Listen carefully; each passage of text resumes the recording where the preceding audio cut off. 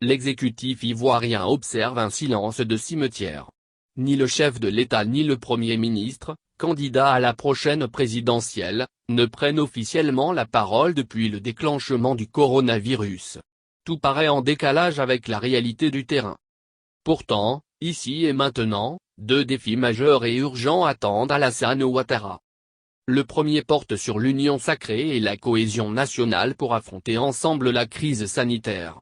Car, alors que le nombre de malades ne cesse d'augmenter, atteignant 25 cas confirmés au 22 mars 2020, les préoccupations du pouvoir semblent électoralistes et ailleurs. Elles concernent les modifications, au pas de course et contre l'avis de l'opposition, de la Constitution et du Code électoral, la poursuite des opérations comme l'enrôlement, la convocation, le lundi 23 mars, de Assoadou, SG du FPI, dans une logique passéiste de répression ou d'intimidation des adversaires politiques.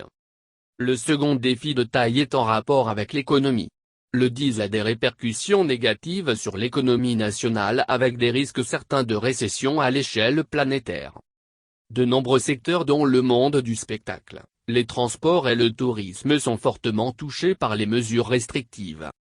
Les salles de spectacle et les boîtes de nuit sont fermées.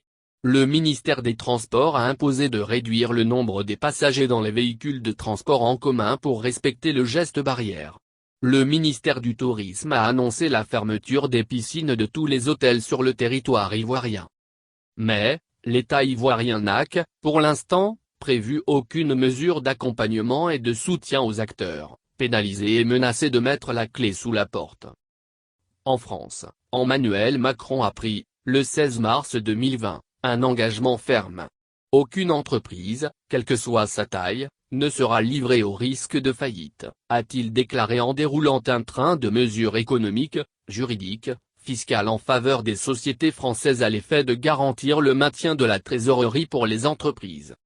Alassane Ouattara est ainsi attendu avec de fortes annonces afin que l'économie ivoirienne s'effondre ou ne subisse la dépression, avec le grand risque d'émeutes de la faim et d'un immense désordre social.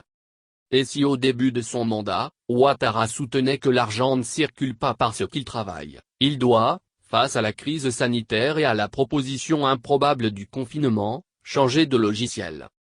Dans une économie informelle frappée de plein fouet par la baisse ou la fermeture des activités, le chômage technique et la diminution des salaires, l'argent ne doit plus travailler, il doit circuler par plusieurs canaux. L'assistance aux familles démunies et aux victimes du DISE, les mesures sociales comme la baisse du prix des produits de première nécessité, etc.